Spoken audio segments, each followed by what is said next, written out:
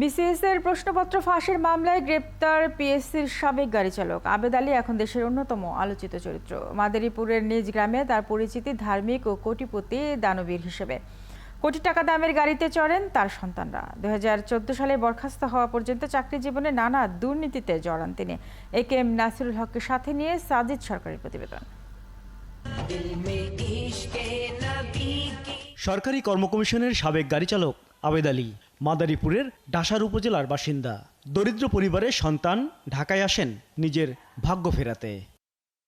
সরকারি কর্ম কমিশনে গাড়ি চালকের চাকরি পাবার পরই তার কপাল খুলে যায়। বিভিন্ন সময় সরকারি চাকরির অন্তত 30টি পরীক্ষায় প্রশ্ন ফাঁসের সাথে জড়িত ছিলেন আবেদ আলী। যত প্রশ্ন ফাঁস হয়েছে তত সম্পদশালী হয়েছেন তিনি। এখন জন্ম সনদ দিয়ে খোলো বিকাশ স্টুডেন্ট অ্যাকাউন্ট।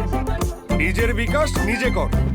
অন্তত 6 কোটি টাকা খরচ করে গ্রামের বাড়িতে গড়েছেন বিলাসবহুল 3 তলা ডুপ্লেক্স বাড়ি, গড়েছেন মসজিদ মাদ্রাসা।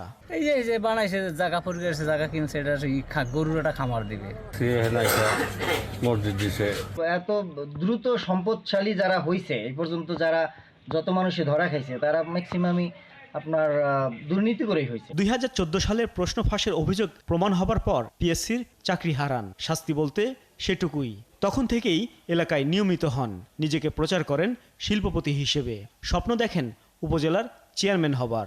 আমরা এখনো জানি সে একজন ব্যবসায়ী, ব্যবসা বাণিজ্য করে, এইটাই শুনছি আমরা। কয়েক বছর ধরে ব্যাপক দান খয়রাত করেছেন আবেদ আলী। বিত্ত বৈভব হবার পর নামের আগে জুড়ে দেন সৈয়দ পদবী। তিনিও তার সন্তানরা কোটি টাকার দামি গাড়ি নিয়ে বাড়িতে যান। ভালো মানুষ হিসাবে আমি জানি। এখন ওখানে দুর্নীতি কি করছে এটা এ সম্পর্কে তো এখন শুনতে পাইতেছি।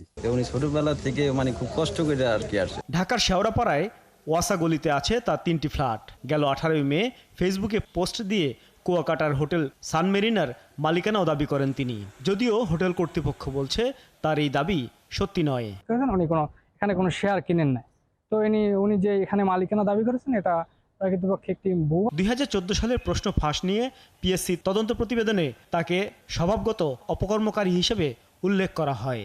সংশ্লিষ্টরা বলছেন তখনই এই অপকর্মকারীদের শাস্তি হলে হয়তো পরবর্তী পরীক্ষার প্রশ্ন আর ফাঁস হতো না। সাজিদ সরকার, 71, ঢাকা।